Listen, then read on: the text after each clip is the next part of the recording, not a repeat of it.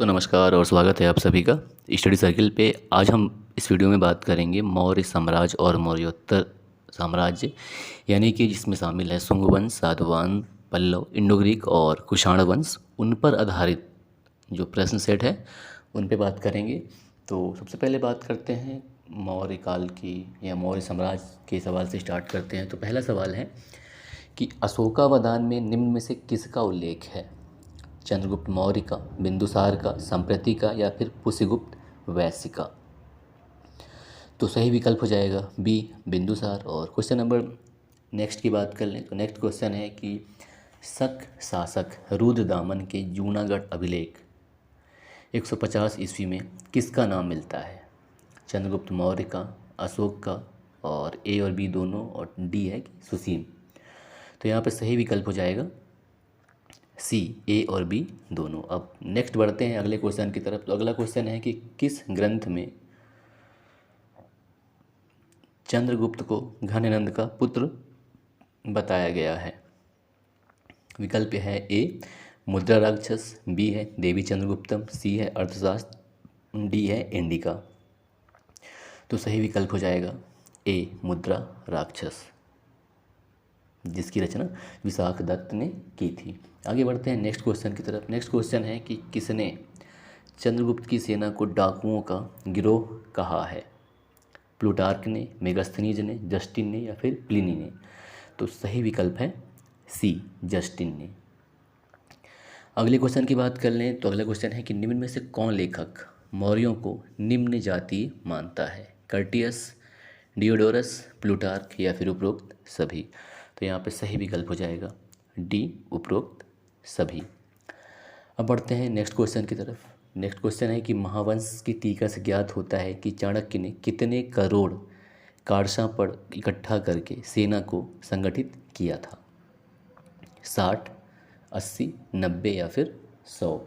तो सही विकल्प हो जाएगा बी, 80 करोड़ कारशां। और नेक्स्ट क्वेश्चन है कि चाणक्य ने चंद्रगुप्त को कितने कारशां में खरीदा था? 500 कारशां में, 1000 में या फिर 1500 में या फिर 2000 में? तो सही विकल्प हो जाएगा बी विकल्प, 1000 कारशां में चाणक्य ने चंद्रगुप्त को खरीदा था। नेक्स्ट क्वेश्चन है कि निम्न में से किसका शासनकाल सही सुमेलित है? चंद्रगुप्त मौर्य 322 ईसा पूर्व से 298 ईसा पूर्व, और बी विकल्प है बिंदुसार 298 ईसा पूर्व से 273 ईसा पूर्व, और अशोक 272 ईसा पूर्व से 232 ईसा पूर्व, या फिर डी, उपरोक्त सभी? तो यहाँ पे सही विकल्प हो जाएगा डी, उपरोक्त सभी। आगे बढ़ते हैं क्वेश्चन नंबर नेक्स्ट कि बिंदुसार किस धर्म का अनुयायी था? बौद्ध, जैन, आजीवक या फिर ब्राह्मण? तो सही विकल्प हो जाएगा सी, आजीवक। नेक्स्ट क्वेश्चन है कि प्लिनी के अनुसार मिस्र के राजा टॉलेमी द्वितीय फिलाडेल्फस ने किसे बिंदुसार के दरबार में अपना राजदूत बनाकर भेजा? मेगास्थनीज को, डाइमेकस को, डायनोसियस को, या फिर उपरोक्त में से कोई नहीं? तो सही विकल्प हो जाएगा सी, डायनोसियस। नेक्स्ट क्वेश्चन की तरफ बढ़ते हैं। नेक्स्ट क्वेश्चन है कि अर्थशास्त्र के अनुसार ब्याज की दर कितनी थी? 5%, 10%, 15% या फिर 20%? तो सही विकल्प हो जाएगा सी, 15%।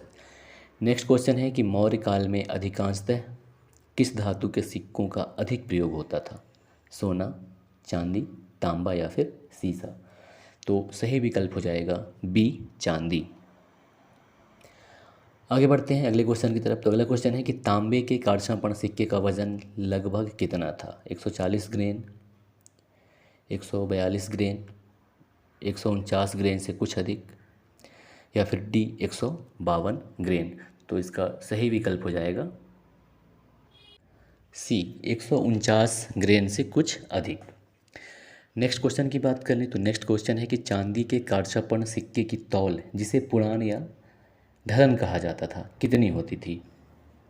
40 ग्रेन, 42 ग्रेन, 55 ग्रेन या फिर 58 ग्रेन से कुछ अधिक? तो सही विकल्प हो जाएगा डी, 58 ग्रेन से कुछ अधिक।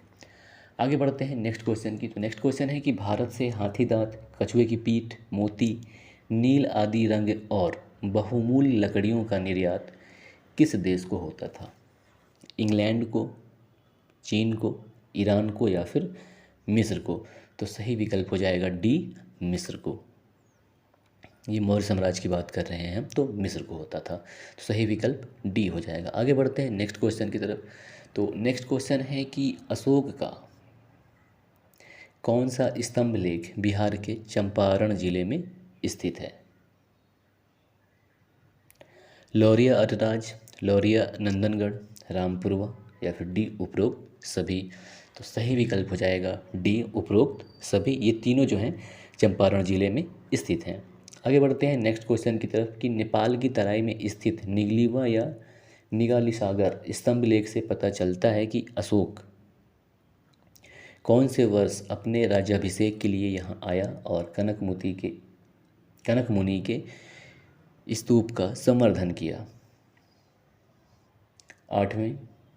आठवें वर्ष, 9वें वर्ष, 12वें वर्ष या फिर 14वें वर्ष? तो सही विकल्प हो जाएगा सी, 12वें वर्ष।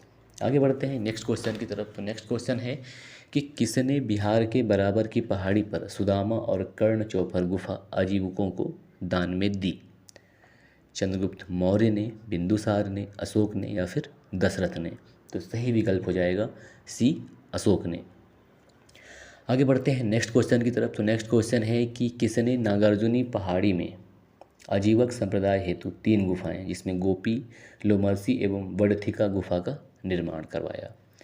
चंद्रगुप्त मौर्य ने, बिंदुसार ने, अशोक ने या फिर दशरथ ने? तो सही विकल्प हो जाएगा डी, दशरथ। आगे बढ़ते हैं नेक्स्ट क्वेश्चन। नेक्स्ट क्वेश्चन है कि स्वतंत्र रूप से वेश्यावृत्ति करने वाली स्त्रियों को किसने रूपजीवा कहा है? देखिए, अब तक ऐसा ये पूछा जाता रहा है कि मौर्य काल में जो वेश्यावृत्ति करने वाली स्वतंत्र रूप से महिलाएं होती थी उनको क्या कहा जाता था। तो अब ये पूछ रहा है कि रूपजीवा किसने कहा है? कौटिल्य ने, मेगास्थनीज ने, डाइमेकस ने या फिर डी उपरोक्त में से कोई नहीं?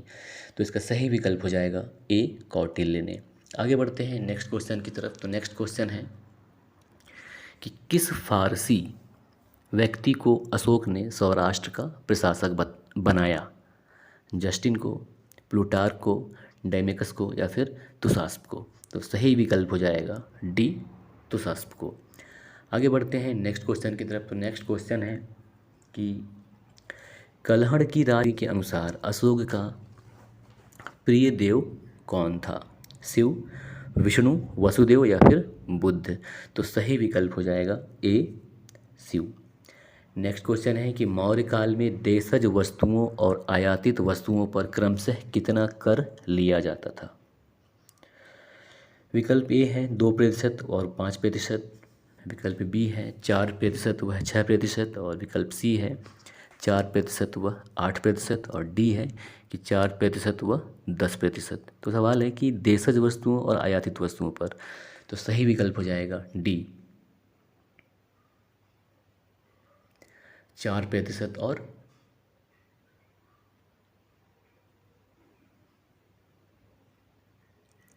10%।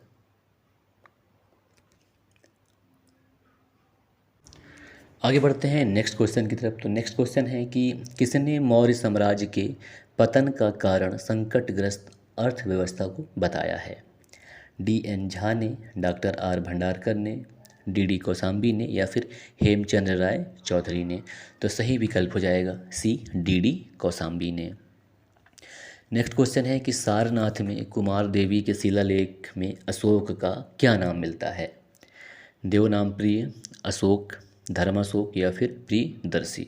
तो सही विकल्प हो जाएगा सी, धर्माशोक। आगे बढ़ते हैं नेक्स्ट क्वेश्चन की तरफ। तो नेक्स्ट क्वेश्चन है कि निम्नलिखित में से किसने मात्र अभिलेखों के आधार पर अशोक का इतिहास लिखने का प्रयत्न किया है? राधा कुमुद मुखर्जी, D.R. भंडारकर, D.D. कौशाम्बी या फिर पाटेद्री फैनथेलर?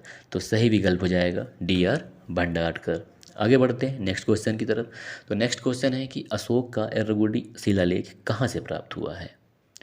उड़ीसा के गंजाम जिला से, उत्तरांचल का देहरादून जिला या फिर आंध्र प्रदेश का कर्नूल जिला और उड़ीसा का पुरी जिला? तो इसका सही विकल्प हो जाएगा सी, आंध्र प्रदेश का कुर्नूल जिला। और नेक्स्ट बढ़ते हैं अगले क्वेश्चन की तरफ। तो अगला क्वेश्चन है कि विष्णु पुराण में अशोक के कितने उत्तराधिकारियों का उल्लेख है? 2, 3, 5 या फिर 7? तो सही विकल्प हो जाएगा डी, 7। नेक्स्ट बढ़ते हैं अगले क्वेश्चन की तरफ। तो अगला क्वेश्चन है कि कलिंग युद्ध का वर्णन अशोक के किस शिलालेख में है? 10वें, 11वें, 12वें या फिर 13वें? तो सही विकल्प है डी, 13वें शिलालेख में कलिंग युद्ध का वर्णन है। आगे बढ़ते हैं नेक्स्ट क्वेश्चन की तरफ। अगला क्वेश्चन है कि नट नर्तकों और अन्य शिल्पियों आदि से नगर प्रवेश कर क्या कहलाता था? पन्य संस्था, कारुशिल्पगण, द्वार बाहरिक या फिर सूत्र? तो सही विकल्प हो जाएगा सी, द्वार बाहरिक। नेक्स्ट क्वेश्चन है कि मौर्य सिक्कों पर मुख्यतः किसका अंकन मिलता है? पहाड़ी का, अर्धचंद्र का, मोर का या फिर उपरोक्त सभी? तो सही विकल्प हो जाएगा सी, मोर। इसके बाद नेक्स्ट क्वेश्चन है कि निम्नलिखित में कौन सा सिक्का तांबे का था? मासक, अर्धमासक, काकड़ी या फिर उपरोक्त सभी? तो यहाँ पे सही विकल्प हो जाएगा डी, उपरोक्त सभी। और आगे बढ़ते हैं नेक्स्ट क्वेश्चन की तरफ। तो नेक्स्ट क्वेश्चन है कि निम्नलिखित में कौन अधिकारी सिक्कों की जांच करता था और उसे 1/8% शुल्क देना पड़ता था? यानी लोग उसे सिक्कों की जांच करवाने के एवज में शुल्क दिया करते थे। उसे क्या कहते हैं? सौवर्णिक, परणाध्यक्ष, शीताध्यक्ष या फिर रूपदर्शक? तो सही विकल्प हो जाएगा डी, रूपदर्शक। आगे बढ़ते हैं अगले क्वेश्चन की तरफ। तो अगले क्वेश्चन है कि अर्थशास्त्र में कितने अध्यक्षों के नाम गिनाए गए हैं? 18, 22, 26 या फिर 32? तो सही विकल्प हो जाएगा सी, 26। और नेक्स्ट क्वेश्चन है कि निम्नलिखित में से कौन भूमि कर संग्रह करता था? पन्याध्यक्ष, पौत्वाध्यक्ष, लक्षणाध्यक्ष या फिर ध्रुवाधिकरण? तो सही विकल्प हो जाएगा डी, ध्रुवाधिकरण। और आगे बढ़ते हैं नेक्स्ट क्वेश्चन की तरफ। तो नेक्स्ट क्वेश्चन है कि चंद्रगुप्त मौर्य के संदर्भ में कौन सा कथन सत्य है? पहला है कि मुद्रा राक्षस में चंद्रगुप्त मौर्य के लिए वृषल शब्द का प्रयोग किया गया है। और बी विकल्प है कि विलियम जोन्स पहले विद्वान थे जिन्होंने सेंट्रोकोट्स की पहचान भारतीय ग्रंथों में वर्णित चंद्रगुप्त से की है। इसके अलावा जो तीसरा विकल्प है वो है कि चंद्रगुप्त ने नंद शासक धननंद को पराजित कर मौर्य वंश की स्थापना की, या फिर डी विकल्प की उपरोक्त सभी? तो क्या है इसका सही विकल्प हो जाएगा डी, उपरोक्त सभी, क्योंकि ये तीनों कथन सत्य हैं। आगे बढ़ते हैं नेक्स्ट क्वेश्चन की तरफ। तो नेक्स्ट क्वेश्चन है कि चंद्रगुप्त मौर्य व सेल्यूकस की संधि के संदर्भ में कौन सा कथन सत्य है? तो विकल्प ए है कि सेल्यूकस ने संधि के द्वारा अराकोसिया यानी कि कंधार और पेरोपनिसडाई, काबुल, एरिया या हरात तथा जडोसिया जिसे कि बलूचिस्तान कहा जाता है कि प्रांत दे दिए। और बी अपनी पुत्री हेलेना का विवाह चंद्रगुप्त से किया। और सी है कि चंद्रगुप्त ने सेल्यूकस को 500 हाथी भेंट की, डी उपरोक्त सभी। तो यहाँ पे क्या है, सभी विकल्प सही है। आगे बढ़ते हैं नेक्स्ट क्वेश्चन की तरफ। तो नेक्स्ट क्वेश्चन है कि बिंदुसार के संदर्भ में कौन सा कथन सत्य है? 4 विकल्प हैं। पहला है कि वायु पुराण में उसे भद्रसार कहा गया है। और बी विकल्प है कि चीनी ग्रंथ फा यूएन चुलिन में उसे बिंदुपाल कहा गया है। सी विकल्प है कि यूनानी उसे अमित्रोचेट्स या अलिनोचर्ड्स कहते हैं, या फिर डी उपरोक्त सभी। तो ये सभी कथन सही हैं, इसलिए विकल्प डी सही हो जाएगा। फिर नेक्स्ट क्वेश्चन की तरफ बढ़ते हैं। तो इसमें पूछ रहा है कि बिंदुसार के संदर्भ में कौन सा कथन सत्य है? पहला, कुछ समय तक चाणक्य इनका प्रधानमंत्री था, बाद में खल्लाटक या राधागुप्त भी इनके प्रधानमंत्री रहे। इसके बाद बी विकल्प है कि पुराणों के अनुसार बिंदुसार ने 24 वर्ष तक और महावंश के अनुसार 27 वर्ष तक राज्य किया। और विकल्प सी है, यूनानी लेखकों का कहना है कि बिंदुसार आमोद प्रमोद में ही मस्त रहता था। और विकल्प डी की उपरोक्त सभी। तो यहाँ पे सभी कथन सही हैं, इसलिए विकल्प डी सही हो जाएगा। आगे बढ़ते हैं नेक्स्ट क्वेश्चन की तरफ। तो नेक्स्ट क्वेश्चन है कि अशोक के संदर्भ में कौन सा कथन सत्य है? पहला है कि बौद्ध ग्रंथों के अनुसार अशोक की 16 पत्नियां व 101 पुत्र थे। और बी विकल्प है कि बिंदुसार की मृत्यु के पश्चात अशोक अपने मंत्री खल्लाटक की सहायता से शासक बना। और विकल्प सी है कि अशोक अपने 99 भाइयों को मारकर रक्त रंजित गद्दी पर बैठ गया और उसे चंडाशोक कहकर पुकारा गया। और डी उपरोक्त सभी। तो यहाँ पे विकल्प डी सही हो जाएगा क्योंकि उपरोक्त सभी कथन सही हैं। आगे बढ़ते हैं नेक्स्ट क्वेश्चन की तरफ। तो नेक्स्ट क्वेश्चन है कि मौर्यकालीन सामाजिक व्यवस्था के संदर्भ में कौन सा कथन सत्य है। विकल्प ए है स्त्रियों को पुनर्विवाह तथा नियोग की अनुमति थी। और बी है कि इत्फिक महिला कल्याण अधिकारी को कहा जाता था। और सी है कि कौटिल्य ने अर्थशास्त्र में 9 प्रकार के दासों का उल्लेख किया है।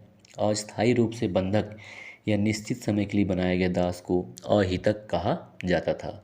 या फिर डी विकल्प के उपरोक्त सभी। तो यहाँ पे सभी कथन सही हैं। आगे बढ़ते हैं नेक्स्ट क्वेश्चन की तरफ। तो नेक्स्ट क्वेश्चन है कि मौर्यकालीन भूमि से प्राप्त होने वाली आय के संदर्भ में कौन सा कथन सत्य है।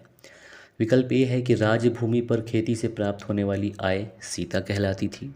विकल्प बी है कि स्वतंत्र रूप से खेती करने वाले किसानों से प्राप्त आय भाग कहलाती थी। इसकी मात्रा 1/6 से 1/4 तक थी। और विकल्प सी है कि जहाँ सरकार सिंचाई की व्यवस्था करती थी वहाँ से 1/3 भाग कर के रूप में लिया जाता था। और डी विकल्प है कि उपरोक्त सभी। तो यहाँ पे सभी कथन सही है, इसलिए विकल्प डी सही हो जाएगा। आगे बढ़ते हैं नेक्स्ट क्वेश्चन की तरफ। तो नेक्स्ट क्वेश्चन है कि जिलों और नगरों के प्रशासन के संदर्भ में कौन सा कथन सत्य है। विकल्प ए है कि जिलों में कर संचय तथा सामान्य प्रशासन का कार्य स्थानिकों और गोपों के द्वारा संपादित होता था। विकल्प बी है कि गोप की अधीनता में 5 से 10 तक ग्राम होते थे। और सी है कि स्थानीय जो थे वो समाहर्ता के प्रति उत्तरदायी होते थे। और विकल्प डी है कि उपरोक्त सभी। तो यहाँ पे सभी कथन सही है, इसलिए विकल्प डी सही हो जाएगा। आगे बढ़ते हैं नेक्स्ट क्वेश्चन की तरफ। तो नेक्स्ट क्वेश्चन है कि मौर्यकालीन न्याय व्यवस्था के संदर्भ में कौन सा कथन सत्य है। विकल्प ए है कि मौर्यकालीन न्याय व्यवस्था में 2 प्रकार के न्यायालय होते थे। पहला था प्रथम धर्मस्थी, द्वितीय कंटक शोधन। और बी विकल्प है कि धर्म स्थनीय न्यायालयों में 3 धर्मस्थ थे जिन्हें धर्मशास्त्र का पूर्ण ज्ञान होता था और 3 अमात्य होते थे। ये आधुनिक दीवानी न्यायालय के समान थे। विकल्प सी है कि कंटक शोधन न्यायालयों में कायांग की ओर से अभियोग दाखिल किए जाते थे। और डी उपरोक्त सभी। तो यहाँ पे सभी कथन सही हैं, इसलिए विकल्प डी सही हो जाएगा। आगे बढ़ते हैं नेक्स्ट क्वेश्चन की तरफ। तो नेक्स्ट क्वेश्चन है कि किसका मत है कि अफगानिस्तान, प्राचीन आर्याना, हिंदुकुश पर्वतमाला, पंजाब, उत्तर प्रदेश, बिहार, सुदूर पश्चिम में काठियावाड़ का प्रायद्वीप इत्यादि प्रदेश चंद्रगुप्त के राज्य के अंग थे। विकल्प हैं वी.ए. स्मिथ, प्लूटार्क, जस्टिन या फिर डॉक्टर राधा कुमुद मुखर्जी। तो सही विकल्प हो जाएगा ए विकल्प वी.ए. स्मिथ या विंसेंट आर्थर स्मिथ। आगे बढ़ते हैं नेक्स्ट क्वेश्चन की तरफ। तो नेक्स्ट क्वेश्चन है कि किसका मत है कि पूर्वी और पश्चिमी समुद्री के बीच के 16 राज्यों के राजाओं और सामंतों को मारकर चाणक्य ने बिंदुसार को चक्रवर्ती राजा बना दिया। प्लिनी, तिब्बत के इतिहासकार तारानाथ, स्ट्राबो या फिर एरियन। तो सही विकल्प हो जाएगा डी एरियन। आगे बढ़ते हैं नेक्स्ट क्वेश्चन की तरफ। नेक्स्ट क्वेश्चन है कि ब्राह्मण से वर्धित मंत्री, मंत्राभिमंत्रित तथा शास्त्रानुपेत छत्र राजा अशस्त्रयुक्त भी सदा अजेय रहता है। यह किस में कहा गया है, ये किस में वर्णित है। इंडिका में, मुद्रा राक्षस में, दिव्योदान में या फिर अर्थशास्त्र में। तो सही विकल्प हो जाएगा डी अर्थशास्त्र में, जो कि कौटिल्य की रचना है। आगे बढ़ते हैं नेक्स्ट क्वेश्चन की तरफ। तो अगला क्वेश्चन है कि संग्रामिक और परपुराभियानिक अर्थात शत्रु के दुर्ग पर आघात करने वाले रथों का उल्लेख किस में है। इंडिका में है, अर्थशास्त्र में है, दिव्योदान में है या फिर उपरोक्त में से कोई नहीं। तो यहाँ पे सही विकल्प हो जाएगा बी अर्थशास्त्र। नेक्स्ट क्वेश्चन की तरफ बढ़े तो नेक्स्ट क्वेश्चन है कि अयुधीय कर निम्न में से किस पर देय था या किस पर लगता था? उत्पादन के हिस्से पर, आपूर्ति पर, या फिर सैन्य ठिकानों पर, या चुंगी तथा राह कर? तो सही विकल्प हो जाएगा यहाँ पे बी, आपूर्ति पर। नेक्स्ट क्वेश्चन है कि गुल्म नामक कर किस पर देय था? सैन्य ठिकानों पर, चुंगी तथा राह कर, भूमि, या फिर आपूर्ति? तो सही विकल्प हो जाएगा ए, सैन्य ठिकानों पर। नेक्स्ट क्वेश्चन है कि यह कथन किसका है कि अशोक का धम्म एक सामान्य नैतिक नियम था जिसमें अशोक ने उन सकारात्मक गुणों का समावेश किया जो धार्मिक, राष्ट्रीय और अन्य पहलुओं से संबंधित थे और जिन पर पहले लोग ध्यान नहीं देते थे? विकल्प ए है इमाइल सेनाट, स्मिथ, रोमिला थापर, या फिर डीडी कौशाम्बी? तो सही विकल्प हो जाएगा यहाँ पे बी, स्मिथ। क्वेश्चन है कि किस शिलालेख में अशोक यह कहता है कि सभी संप्रदाय सभी स्थानों पर रह सकते हैं क्योंकि आत्म संयम और भाव शुद्धि चाहते हैं? तो किस में कहा गया है?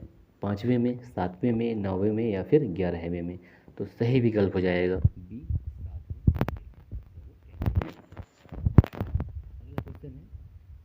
अपने किस अभिलेख में अशोक ने यह आदेश दिया कि श्वेत वस्त्र धारण करने के पश्चात जो भी बौद्ध भिक्षु या भिक्षुणी बौद्ध संघ के नियमों की अवहेलना करता है वे बौद्ध मठों से अन्यत्र शरण ले?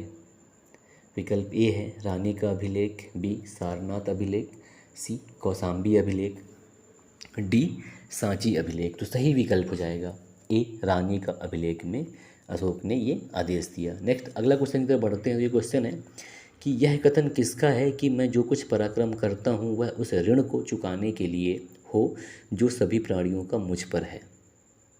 चंद्रगुप्त मौर्य, बिंदुसार, अशोक, या फिर दशरथ? तो सही विकल्प हो जाएगा सी, अशोक। अब चलते हैं मौर्योत्तर काल की तरफ, तो जिसमें शामिल है सबसे पहले शुंग वंश। तो शुंग वंश की बात कर लें तो प्रथम क्वेश्चन है इसमें कि शुंग वंश की राजधानी कौन सी थी? उज्जैन, विदिशा, इंदौर, या फिर मदुरै?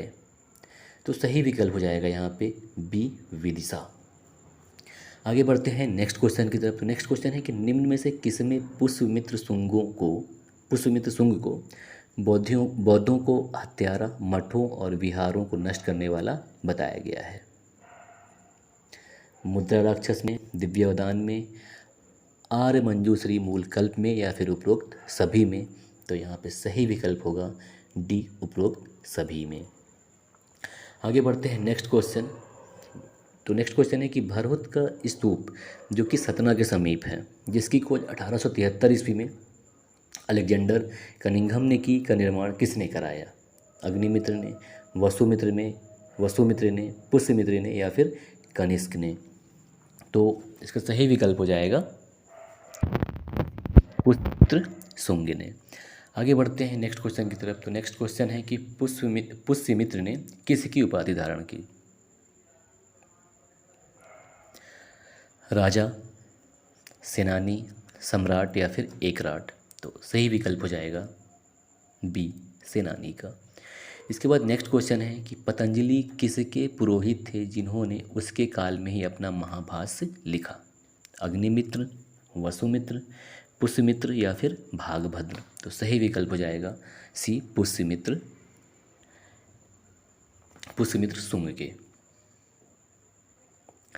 और आगे बढ़ते हैं नेक्स्ट क्वेश्चन की तरफ। तो नेक्स्ट क्वेश्चन है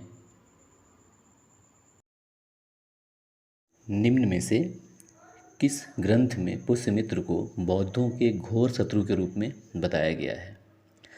दिव्यावदान, बी विकल्प है तिब्बती इतिहासकार तारानाथ के विवरण, सी क्षेमेंद्रकृत और दाल काल्पनिकता, और डी उपरोक्त सभी? तो यहाँ पे सही विकल्प हो जाएगा डी, उपरोक्त सभी। और नेक्स्ट क्वेश्चन है कि पुराणों के अनुसार शुंग वंश का अंतिम राजा कौन था? अग्निमित्र, वसुमित्र, देवभूति, या फिर वज्रमित्र? तो सही विकल्प हो जाएगा सी, देवभूति। और अगला क्वेश्चन है कि पुष्यमित्र शुंग ने कितने अश्वमेध यज्ञ किए? 1, 2, 3 या फिर 4? तो सही विकल्प हो जाएगा बी 2। अगला क्वेश्चन है कि शुंग वंश के संदर्भ में कौन सा कथन सत्य है? विकल्प ए है कि शुंग वंश के इतिहास की जानकारी गार्गी संहिता, महाभाष्य, दिव्यावदान, मालविकाग्निमित्रम तथा हर्षचरित से मिलती है। और बी विकल्प है कि अयोध्या तथा विदिशा से प्राप्त अभिलेख तथा कौशाम्बी, अयोध्या, मथुरा से प्राप्त सिक्कों से भी शुंग वंश के विषय में जानकारी मिलती है। विकल्प सी है कि गार्गी संहिता में यवनों के आक्रमण का उल्लेख है। और विकल्प डी है कि उपरोक्त सभी। तो यहाँ पे सभी कथन सही है, इसलिए विकल्प डी सही हो जाएगा। आगे बढ़ते हैं अगले क्वेश्चन की तरफ। तो अगला क्वेश्चन है कि शुंग काल के विषय में कौन सा कथन सत्य है? पहला है कि प्रथम यवन आक्रमण पुष्यमित्र शुंग के समय डिमेट्रियस के नेतृत्व में हुआ। और बी विकल्प है कि द्वितीय आक्रमण उसके शासनकाल के अंतिम दिनों में या उसकी मृत्यु के तत्काल बाद हुआ और इसका नेतृत्व मिनेंडर ने किया। और विकल्प सी है कि यवन आक्रमण की चर्चा कालिदास कृत मालविकाग्निमित्रम नाटक में भी हुई है। और विकल्प डी है कि उपरोक्त सभी। तो यहाँ पे सभी कथन सही हैं, इसलिए विकल्प डी सही हो जाएगा। आगे बढ़ते हैं अब हम सातवाहन वंश की तरफ। तो सातवाहन वंश की तरफ से पहला सवाल है कि सातवाहन वंश का संस्थापक कौन था? विकल्प है सिमुक, वशिष्ठिपुत्र पुलामेव, गौतमीपुत्र सातकर्णी या फिर कृष्ण। तो सही विकल्प हो जाएगा ए सिमुक। और नेक्स्ट क्वेश्चन है कि सातवाहन राजाओं के बहुसंख्यक अभिलेख तथा सिक्के महाराष्ट्र के किस क्षेत्र से प्राप्त होते हैं? विकल्प ए प्रतिष्ठान या पैठन, नासिक, पूना या फिर उपरोक्त में से कोई नहीं। तो सही विकल्प हो जाएगा ए प्रतिष्ठान। आगे बढ़ते हैं नेक्स्ट क्वेश्चन की तरफ। तो यह है कि निम्नलिखित में से किसने 2 अश्वमेध यज्ञ किए? हाल, गौतमीपुत्र सातकर्णी या फिर सातकर्णी प्रथम या फिर यज्ञश्री सातकर्णी ने। तो सही विकल्प हो जाएगा सी सातकर्णी प्रथम। और नेक्स्ट क्वेश्चन है कि सातवाहनों का शासनकाल क्या रहा था? विकल्प ए है 235 ईसा पूर्व से 225 ईसा पूर्व,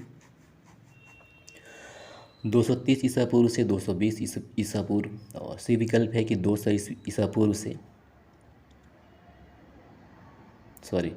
200 ए विकल्प है कि 235 ईसा पूर्व से 225 ईस्वी। और बी विकल्प है कि 230 ईस्वी पूर्व से 220 ईस्वी। और सी विकल्प है कि 200 ईसा पूर्व से 210 ईस्वी। और डी विकल्प है कि 189 ईसा पूर्व से 200 ईस्वी। तो सही विकल्प हो जाएगा ए 235 ईस्वी पूर्व से 225 ईस्वी पूर्व।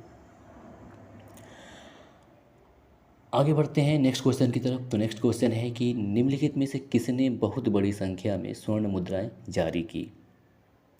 गौतमीपुत्र सातकर्णी, हाल, यज्ञश्री सातकर्णी या फिर पुलमावी द्वितीय ने। तो सही विकल्प हो जाएगा ए गौतमीपुत्र सातकर्णी ने। अगला क्वेश्चन है कि सातवाहनों के संदर्भ में कौन सा कथन सही है या सत्य है? पहला है कि ए विकल्प है कि ऐतरेय ब्राह्मण में आंध्रवासियों को अनार्य कहा गया है। बी विकल्प है कि महाभारत में आंध्रों को मलेच्छ तथा मनुस्मृति में वर्ण संकर या त्यंज कहा गया है। विकल्प सी है कि हेमचंद्र राय चौधरी के अनुसार सातवाहन वस्तुतः ब्राह्मण ही थे। और विकल्प डी है कि उपरोक्त सभी। तो यहाँ पे सही विकल्प डी हो जाएगा, उपरोक्त सभी सत्य हैं। और अगला क्वेश्चन है कि सातकर्णी प्रथम के संदर्भ में कौन सा कथन सत्य है? विकल्प ए है कि इसकी रानी नागानिका के नानाघाट अभिलेख से पता चलता है कि इसने पहली शताब्दी ईसा पूर्व में ब्राह्मणों एवं बौद्धों को भूमि अनुदान में दी। विकल्प बी भूमि अनुदान का यह पहला अभिलेखी साक्ष्य है। और विकल्प सी इसे राजसूय यज्ञ करने का भी से प्राप्त है। और विकल्प डी के उपरोक्त सभी। तो यहाँ पे सही विकल्प डी हो जाएगा। इसके अलावा एक चीज़ ध्यान रखिएगा कि सातवाहन वंशी थे जिन्होंने भूमि दान देने की प्रथा भारत में सबसे पहले शुरू की। और आगे बढ़ते हैं नेक्स्ट क्वेश्चन की तरफ। तो नेक्स्ट क्वेश्चन है कि किसने वेणकटक स्वामी की उपाधि धारण की तथा वेणकटक नामक नगर की स्थापना की? हाल ने, सातकर्णी प्रथम ने, या फिर गौतमीपुत्र सातकर्णी ने, या फिर वशिष्ठिपुत्र पुलमावी ने। तो सही विकल्प हो जाएगा सी, गौतमीपुत्र सातकर्णी ने। अगला क्वेश्चन है कि सातवाहन काल के अधिकांश सिक्के किसके द्वारा निर्मित मिले हैं? सोना, चांदी, सीसा या फिर तांबा। तो सही विकल्प हो जाएगा सी, सीसा। आगे बढ़ते हैं नेक्स्ट क्वेश्चन की तरफ। तो अगला क्वेश्चन है कि किस शासक ने एक नए नगर नवनगर की स्थापना कर नवनगर स्वामी की उपाधि धारण की और इसे दक्षिणापद भी कहा जाता था? गौतमीपुत्र सातकर्णी, वशिष्ठिपुत्र पुलमावी, या फिर हाल, या फिर यज्ञश्री सातकर्णी ने। तो सही विकल्प हो जाएगा बी, वशिष्ठिपुत्र पुलमावी। आगे बढ़ते हैं अगले क्वेश्चन की तरफ। अगला क्वेश्चन है कि सातवाहन काल में ब्याज की दर कितनी थी? विकल्प ए है 9 से 12%, विकल्प बी है 9%, विकल्प सी है 11% और विकल्प डी है 12%। तो यहाँ पे सही विकल्प हो जाएगा ए, 9 से 12%। अब चलते हैं इंडो ग्रीक की तरफ। तो इसमें पहला क्वेश्चन है कि भारत पर सफल आक्रमण करने वाले हिंद यूनानी शासक, अब इंडो ग्रीक को हिंद यूनानी भी कहा जाता है, तो हिंद यूनानी शासक डिमेट्रियस की राजधानी कौन सी थी? साकल, लाहौर, पेशावर या फिर श्रीनगर। तो सही विकल्प हो जाएगा ए, साकल। आगे बढ़ते हैं अगले क्वेश्चन की तरफ। तो अगला क्वेश्चन है कि किस ग्रंथ से पता चलता है कि मिनेंडर ने अनेक स्तूपों का निर्माण करवाया था? कौटिल्य, अवदान कल्पलता, मुद्रा राक्षस, परिशिष्ट पर्वन। तो सही विकल्प हो जाएगा बी, अवदान कल्पलता। अगला क्वेश्चन है कि किसके अनुसार मिनेंडर के सिक्के भड़ौच के बाजार में काफ़ी मात्रा में प्रचलित थे? स्ट्राबो, जस्टिन, पेरिप्लस या फिर प्लूटार्क। तो सही विकल्प हो जाएगा सी, प्लूटार्क। और क्वेश्चन नंबर नेक्स्ट है कि किसने लिखा है कि मिनेंडर ने सिकंदर से भी अधिक प्रदेश जीते थे? स्ट्राबो ने, जस्टिन ने, प्लूटार्क ने या फिर इनमें से कोई नहीं। तो सही विकल्प हो जाएगा ए, स्ट्राबो ने। आगे बढ़ते हैं अगले क्वेश्चन की तरफ। तो अगला क्वेश्चन है कि अंतिम इंडो ग्रीक शासक कौन था? मिनेंडर, एंटिअल्किड्स, हर्मियस या फिर यूक्रेटाइड्स। तो सही विकल्प हो जाएगा सी, हर्मियस। आगे बढ़ते हैं अगले क्वेश्चन की तरफ। तो अगला क्वेश्चन है, यह कथन किसका है कि यवन बर्बर हैं पर ज्योतिष का जन्म उनसे हुआ है, अतः वे ऋषियों की भांति सम्मान योग्य हैं? वायु पुराण, मत्स्य पुराण, मनुस्मृति या फिर बृहत संहिता। तो सही विकल्प हो जाएगा डी, बृहत संहिता। आगे बढ़ते हैं शक साम्राज्य के ऊपर। तो शक साम्राज्य की तरफ की ओर से पहला क्वेश्चन है कि तांबे के सिक्कों में किसने अपने आप को क्षत्रप लिखा है? नहपान ने, भूमक ने, या रुद्रदामन ने या फिर जस्टन ने। तो सही विकल्प हो जाएगा बी, भूमक ने। अगला क्वेश्चन है कि नासिक के निकट जुगलपंबी में किसके चांदी के सिक्के बहुत बड़ी संख्या में पाए गए हैं? भूमक के, नहपान के या फिर रुद्रदामन के या फिर जस्टन के। तो सही विकल्प हो जाएगा बी, नहपान के। अगला क्वेश्चन है कि निम्नलिखित में से किसने महाक्षत्रप की उपाधि धारण की? गोंडोफर्नीज ने, एजेज ने, रुद्रदामन ने या फिर नहपान ने। तो सही विकल्प हो जाएगा सी, रुद्रदामन ने। अगला क्वेश्चन है कि 130 ईस्वी से 150 ईस्वी तक सामान्यतः शासन करने वाले किस शासक के अधीन उज्जैनी शिक्षा का एक प्रमुख केंद्र बन गई? जस्टन, नहपान, रुद्रदामन या फिर भूमक। तो सही विकल्प हो जाएगा सी, रुद्रदामन। इसके बाद नेक्स्ट क्वेश्चन है कि उज्जैनी का प्रथम स्वतंत्र शासक कौन था? जस्टन, मौज, गोंडोफर्नीज या फिर रुद्रदामन। तो सही विकल्प हो जाएगा ए, जस्टन। आगे बढ़ते हैं नेक्स्ट क्वेश्चन की तरफ। तो नेक्स्ट क्वेश्चन है कि शासक रुद्रदामन के विषय में कौन सा कथन सत्य है? विकल्प ए है कि जूनागढ़ अभिलेख से ज्ञात होता है कि सभी जातियों के लोगों ने रुद्रदामन को अपना रक्षक चुना था तथा उसने महाक्षत्रप की उपाधि स्वयं ग्रहण की थी। विकल्प बी है कि रुद्रदामन ने जूनागढ़ में स्थित अभिलेख शुद्ध और उत्कृष्ट संस्कृत में लिखवाए। और विकल्प सी है कि रुद्रदामन ने निजी धन से सुदर्शन झील के बांध की मरम्मत करवाई। और विकल्प डी है कि उपरोक्त सभी। तो यहाँ पे सभी कथन सही हैं। और सुदर्शन झील की बात करें तो सुदर्शन झील को मौर्य शासकों के द्वारा बनवाया गया था। आगे बढ़ते हैं अगले क्वेश्चन की तरफ। तो अगला क्वेश्चन है कि भारत पर निम्न में से कौन सा यूनानी प्रभाव पड़ा। विकल्प ए है कि कला की गांधार शैली की नींव इस युग में ही पड़ी, और विकल्प बी है कि यूनानी प्रभाव से भारतीय मुद्राएं सुडौल लेख युक्त तथा कलात्मक होने लगी, और विकल्प सी है कि पूर्व मध्यकाल के लेखों में सिक्कों के लिए द्रव्य शब्द आया है, यह यूनानी भाषा से लिया गया है, और विकल्प डी के उपरोक्त सभी।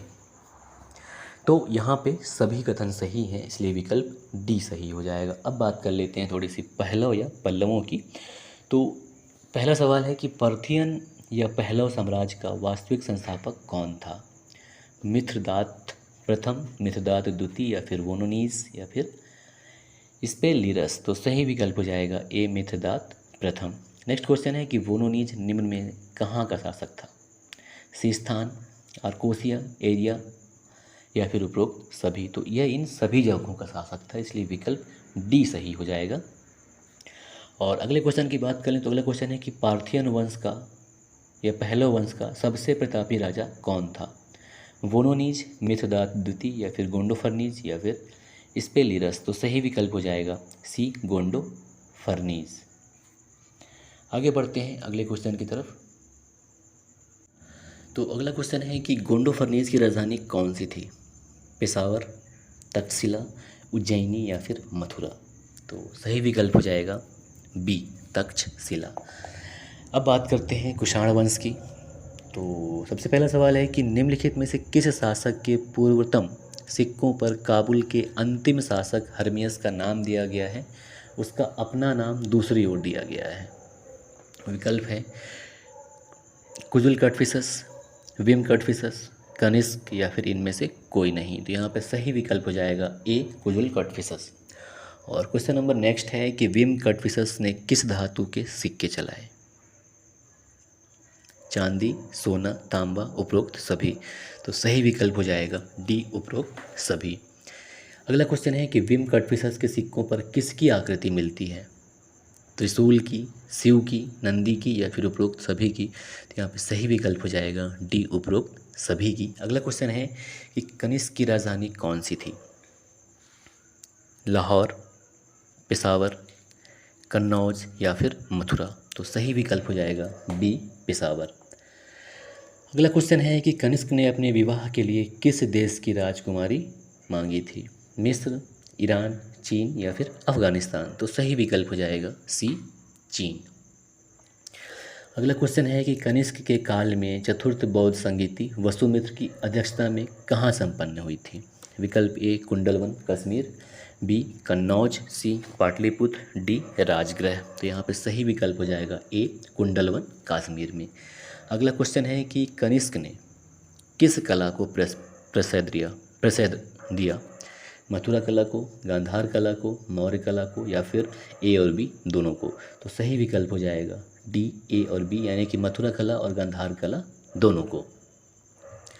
आगे बढ़ते हैं नेक्स्ट क्वेश्चन की तरफ। तो नेक्स्ट क्वेश्चन है कि निम्नलिखित में से कौन कनिष्क के दरबार में रहता था।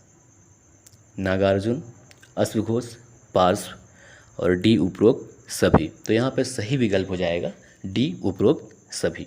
और नेक्स्ट क्वेश्चन है कि कनिष्क का राजवैद्य कौन था। सुश्रुत, चरक, धन्वंतरी, और विकल्प डी के उपरोक्त सभी। तो यहाँ पे सही विकल्प होगा ए सुश्रुत। आगे बढ़ते हैं अगले क्वेश्चन की तरफ। तो अगला क्वेश्चन है कि किसके सुझाव पर कनिष्क ने चतुर्थ बौद्ध संगीति का आयोजन किया था। वसुमित्र, अश्वघोष, पार्श्व, या फिर नागार्जुन। तो सही विकल्प हो जाएगा ए वसुमित्र। और अगला क्वेश्चन है कि निम्न में से कनिष्क ने किस पर विजय प्राप्त की। कासगढ़, यारकंद, खोतान, या फिर उपरोक्त सभी। तो यहाँ पे सही विकल्प हो जाएगा डी उपरोक्त सभी। इसके बाद अगला क्वेश्चन है कि कनिष्क ने सर्वप्रथम अपने द्वारा जारी किए गए सिक्कों पर किसकी आकृति बनवाई। भगवान महावीर, बुद्ध, शिव, या फिर विष्णु। तो सही विकल्प हो जाएगा बी बुद्ध। अगला क्वेश्चन है कि किसके समय में सर्वाधिक शुद्ध स्वर्ण एवं तांबे के सिक्के जारी किए गए? मौर्य, इंडो ग्रीक, कुषाण या फिर गुप्त? तो सर्वाधिक स्वर्ण सिक्के, सर्वाधिक शुद्ध स्वर्ण सिक्के कुषाण शासनकाल में, यानी कि विकल्प सी सही हो जाएगा, जारी किए गए। और आगे बढ़ते हैं नेक्स्ट क्वेश्चन की तरफ। बुद्धिमान राजनीतिज्ञ मथर किसका मंत्री था? कुजुल कटफिसस का, विम कटफिसस का, या फिर कनिष्क का, या फिर उपरोक्त में से कोई नहीं? तो सही विकल्प हो जाएगा सी, कनिष्क का। अगला क्वेश्चन है कि कुषाण शासकों में से ने निम्न में से कौन सी उपाधि धारण की? महेश्वर, देवपुत्र, केसर, या फिर उपरोक्त सभी? तो सही विकल्प हो जाएगा डी, उपरोक्त सभी। इन्होंने सभी की उपाधि धारण की थी। अगला क्वेश्चन है कि अंतिम महान कुषाण शासक कौन था? हुविस्क, कनिष्क द्वितीय, वसुदेव, या फिर वशिष्ठ? तो सही विकल्प हो जाएगा सी, वसुदेव। आगे बढ़ते हैं अगले क्वेश्चन की तरफ। तो अगला क्वेश्चन है कि कनिष्क अश्वघोष को कहाँ से अपनी राजधानी लाया था? आगरा से, मथुरा से, उज्जैन से, या फिर पाटलिपुत्र से? तो सही विकल्प हो जाएगा डी, पाटलिपुत्र से। अगला क्वेश्चन है कि निम्नलिखित में से किसने कश्मीर को अपनी राजधानी बनाकर कनिष्कपुर नगर बसाया था? हुविस्क ने, वशिष्ठ ने, कनिष्क ने, या फिर वसुदेव ने? तो सही विकल्प हो जाएगा सी, कनिष्क ने। अगला क्वेश्चन है कि निम्नलिखित में से किस स्थल से कनिष्क के सिक्के मिलते हैं? ताम्लुक, ताम्रलिप्ति, महास्थान, शिशुपालगढ़, या फिर उपरोक्त सभी? तो यहाँ पे सही विकल्प डी हो जाएगा, उपरोक्त सभी। और अगला क्वेश्चन है कि कनिष्क के शासनकाल का 11वें वर्ष का अभिलेख कहाँ से मिला है? कन्नौज से, मथुरा से, सुई विहार से, या फिर उज्जैन से? तो सही विकल्प है सी, सुई विहार से। अगला क्वेश्चन है कि कुषाणों ने भारी मात्रा में स्वर्ण कहाँ से प्राप्त किया? मगध से, मध्य एशिया के अल्ताई पहाड़, और सी रोम, और डी उपरोक्त सभी? तो इसमें तीनों विकल्प सही हैं, इसलिए विकल्प डी सही हो जाएगा। आगे बढ़ते हैं अगले क्वेश्चन की तरफ से। अगला क्वेश्चन है कि किसने अपनी राजधानी में 400 फीट ऊंचा तथा 13 मंजिलों का एक टावर बनवाया था? हुविस्क, वशिष्ठ, कनिष्क, या फिर वसुदेव ने? तो सही विकल्प हो जाएगा सी, कनिष्क। आगे बढ़ते हैं अगले क्वेश्चन की तरफ। तो अगला क्वेश्चन है कि कनिष्क ने पेशावर में एक बौद्ध संघाराम का निर्माण कराया था। इसकी यात्रा किस बौद्ध विद्वान ने की जो मगध नरेश देवपाल के समय नालंदा का महास्थापित निर्वाचित किया गया था? कमलशील, आचार्य दीपंकर, असंग, या फिर वीरदेव? तो सही विकल्प हो जाएगा डी, वीरदेव। इसके बाद अगला क्वेश्चन है कि चतुर्थ बौद्ध संगीति में 500 विद्वानों ने भाग लिया था। यह कितने माह तक चलती रही? 2 महीने, 3 महीने, 5 महीने, या फिर 6 महीने? तो सही विकल्प हो जाएगा डी, 6 महीने या 6 माह। अगला क्वेश्चन है कि कुषाण काल में बौद्ध धर्म की भाषा कौन सी हो गई थी? प्राकृत, पाली, संस्कृत, या फिर देवनागरी हिंदी? तो सही विकल्प हो जाएगा सी, संस्कृत। अगला क्वेश्चन है कि निम्न में से कौन सा कुषाण काल में कला का केंद्र था? सारनाथ, अमरावती, मथुरा, या फिर उपरोक्त सभी? तो यहाँ पे सही विकल्प डी हो जाएगा, उपरोक्त सभी। अगला क्वेश्चन है कि भगवान बुद्ध के जीवन की किस प्रमुख घटना का वर्णन गांधार और मथुरा कला में मिलता है? जन्म का, संबोधि का, धर्मचक्र प्रवर्तन का, या फिर उपरोक्त सभी का? तो यहाँ पे सही विकल्प हो जाएगा डी। और अगला क्वेश्चन है कि कनिष्क की सिर रहित मूर्ति कहाँ से मिली है? आगरा से, मथुरा से, कन्नौज से, या फिर उज्जैन से? तो सही विकल्प है बी, मथुरा से। और अगला क्वेश्चन है कि कनिष्क के सिक्कों पर अंकित देवी देवता किस धर्म से संबंधित है? ब्राह्मण, ईरानी, यूनानी व एलमाइट, उपरोक्त सभी? तो यहाँ पे सही विकल्प हो जाएगा डी, उपरोक्त सभी। अगला क्वेश्चन है कि किसके अनुसार अरब और पर्सिया से घोड़े और इथोपिया से हाथी दांत का आयात किया जाता था? Justin, Cosmas, Pliny, Plutarch? तो यहाँ पे सही विकल्प हो जाएगा बी, कोसमास। आगे बढ़ते हैं अगले क्वेश्चन की तरफ। तो अगला क्वेश्चन है कि निम्न में पेरिप्लस के अनुसार रोम को किस वस्तु का निर्यात होता था? लाजवर्द का, खाल यानी चमड़ों का, और नील, और डी विकल्प के उपरोक्त सभी। तो यहाँ पे सही विकल्प डी हो जाएगा, उपरोक्त सभी का। अगला क्वेश्चन है कि निम्न में कौन सा मौर्योत्तरकालीन प्रमुख बंदरगाह था? खोलची या कोरकी, पेडुका, अरिकामेडु और टेमाटाइल, या फिर उपरोक्त सभी। तो यहाँ पे विकल्प डी सही हो जाएगा कि ये सभी जो हैं प्रमुख बंदरगाह थी, यानी कि विकल्प डी। आगे बढ़ते हैं अगले क्वेश्चन की तरफ। अगला क्वेश्चन है कि पेरिप्लस ऑफ एरिथ्रियन सी में कुल कितने भारतीय बंदरगाहों का उल्लेख है? 15, 20, 22 या फिर 24। सही विकल्प है डी 24। इसके बाद अगला क्वेश्चन है कि रोम की शीशे की वस्तुएं कहाँ से प्राप्त हुई है? मथुरा, तक्षशिला, अफगानिस्तान, और विकल्प डी है कि बी और सी दोनों। तो यहाँ पे सही विकल्प हो जाएगा डी, बी और सी दोनों, यानी कि तक्षशिला और अफगानिस्तान से रोम की शीशे की वस्तुएं प्राप्त हुई हैं। अगला क्वेश्चन है कि एम व्हीलर ने बताया कि भारतीय उपमहाद्वीप में प्रथम शताब्दी में रोमन सिक्कों के कितने जखीरे प्राप्त हुए हैं? 50, 58, 67 या फिर 68। तो सही विकल्प है डी 68। अगला क्वेश्चन कि निम्नलिखित में से कौन सी छोटी तौल है, यानी कि सबसे छोटी तौल कौन सी है? गुंजा, रत्ती, मासक या फिर सुवर्ण। तो यहाँ पे सही विकल्प हो जाएगा ए गुंजा।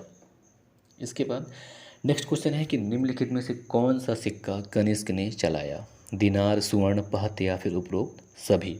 तो यहाँ पे सही विकल्प हो जाएगा डी, उपरोक्त सभी। अगला क्वेश्चन है कि कुजुल कटफिशर्स के संदर्भ में कौन सा कथन सत्य है? विकल्प ए है कि कुजुल ने केवल तांबे के सिक्के प्रचलित कराए। विकल्प बी है कि उसके सिक्कों पर धर्मातिथस तथा धर्मातीत उत्कीर्ण है। इस आधार पर कुछ विद्वानों का मत है कि उसने बौद्ध धर्म ग्रहण कर लिया था। और विकल्प सी है कि कुछ विद्वानों का मत है कि उसने बौद्ध धर्म ग्रहण कर लिया। और डी विकल्प है कि उपरोक्त सभी। तो यहाँ पे तीनों कथन सही हैं, इसलिए विकल्प डी सही हो जाएगा। अगला क्वेश्चन है कि विम कटफिशर्स के संदर्भ में कौन सा कथन सत्य है? विकल्प ए है कि इसके सिक्कों पर यूनानी तथा खरोष्ठी दोनों लिपियों के लेख मिलते हैं। विकल्प बी है कि इसके सिक्कों पर महाराज, राजधिराज, सर्वलोकेश्वर, महेश्वर आदि की उपाधियाँ दी गई हैं। और प्लिनी के विवरण से पता चलता है कि उसके समय में भारत तथा रोम के व्यापारिक संबंध अत्यंत विकसित थे। विकल्प डी उपरोक्त सभी। तो ये तीनों कथन सही हैं, इसलिए विकल्प डी सही हो जाएगा।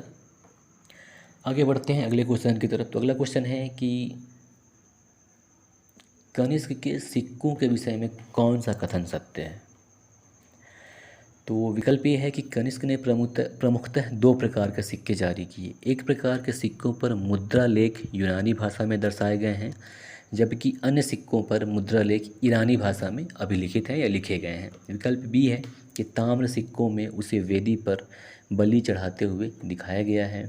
और विकल्प सी है कि कनिष्क के स्वर्ण सिक्के जो रोमन साम्राज्य के सिक्कों की नकल पर जारी किए गए थे, पर एक तरफ कनिष्क की आकृति अंकित है जबकि दूसरी तरफ एक देवता की आकृति बनी हुई है। और विकल्प डी है कि उपरोक्त सभी। तो यहाँ पे सभी कथन सही हैं, इसलिए विकल्प डी सही हो जाएगा। अब बात कर लेते हैं अगले क्वेश्चन की। तो अगला क्वेश्चन है कि गांधार कला के विषय में कौन सा कथन सत्य है? तो जैसा कि गांधार कला की बात करें तो गांधार कला मूर्तिकला से संबंधित है। तो विकल्प ए है कि गांधार स्कूल के मुख्य केंद्र अफगानिस्तान में जलालाबाद, स्वात घाटी में हैद्दा और पेशावर ज़िले में बामियान थे। और विकल्प बी है कि इस कला में बुद्ध को अपोलो की भांति प्रस्तुत किया गया है। विकल्प सी है कि बोधिसत्व यूनानी राजाओं की तरह लगते हैं। और विकल्प डी है कि उपरोक्त सभी। तो ये सभी कथन गांधार कला के संदर्भ में सत्य है, इसलिए विकल्प डी सही हो जाएगा। आगे बढ़ते हैं अगले क्वेश्चन की तरफ। तो अगला क्वेश्चन है कि मथुरा मूर्ति कला के विषय में कौन सा कथन सत्य है?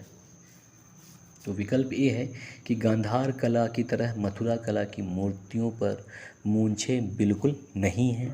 और विकल्प बी है कि मथुरा की कुषाणकालीन मूर्तियों के दाहिने कंधे पर वस्त्र नहीं रहता और दाहिना हाथ अधिकतर अभय मुद्रा में पाया जाता है। और विकल्प सी है कि इस शैली में मूर्तियों का निर्माण लाल पत्थर से किया गया है। विकल्प डी है कि उपरोक्त सभी। तो जो कला की मतलब जो मथुरा की जो मूर्ति कला है, इसमें क्या था, शारीरिक मतलब इसमें दिव्य दिखाने की कोशिश किया जाता था। और तो इसमें सभी विकल्प सही हैं, इसलिए इसका विकल्प डी सही हो जाएगा। अब थोड़ी सी हम चेरी वंश के बारे में देख लें, क्वेश्चन थोड़ी सी है। तो पहला क्वेश्चन है कि प्रथम शताब्दी का उत्कर्ष खारवेल के समय हुआ, यह किस वंश का राजा था? कन्य वंश, सातवाहन वंश, चेदी वंश या फिर वाकाटक वंश? तो सही विकल्प है सी, चेदी वंश, है ना। और आगे बढ़ते हैं अगले क्वेश्चन की तरफ। अगला क्वेश्चन है कि खारवेल ने अपने शासनकाल में कौन से वर्ष उदयगिरी की पहाड़ियों पर बौद्ध भिक्षुओं के लिए गुफाओं का निर्माण करवाया? 10वें वर्ष में, 11वें वर्ष में, 12वें वर्ष में या फिर 13वें वर्ष में? तो सही विकल्प हो जाएगा डी, 13वें वर्ष में। इसके बाद नेक्स्ट क्वेश्चन और अंतिम क्वेश्चन भी है कि खारवेल के संदर्भ में कौन सा कथन सत्य है? विकल्प ए है कि खारवेल के विषय में जानकारी हाथी गुम्फा अभिलेख से प्राप्त होती है। विकल्प बी कि वह जैन था। और विकल्प सी है कि अपने शासन के 11वें वर्ष में उसने 1300 वर्ष पुरानी केतुभद्र की लकड़ी की प्रतिमा का जुलूस निकाला। और विकल्प डी की उपरोक्त सभी। तो यहाँ पे सही विकल्प डी हो जाएगा, यानी कि खारवेल के संदर्भ में जो बातें दी गई हैं ये सभी कथन सही है। तो बस यहीं तक, और अगले वीडियो में हम गुप्त काल से संबंधित प्रश्नों का सेट लेकर आएंगे। उम्मीद करता हूँ ये आपको हेल्प करेगा। नमस्कार, जय हिंद, जय भारत।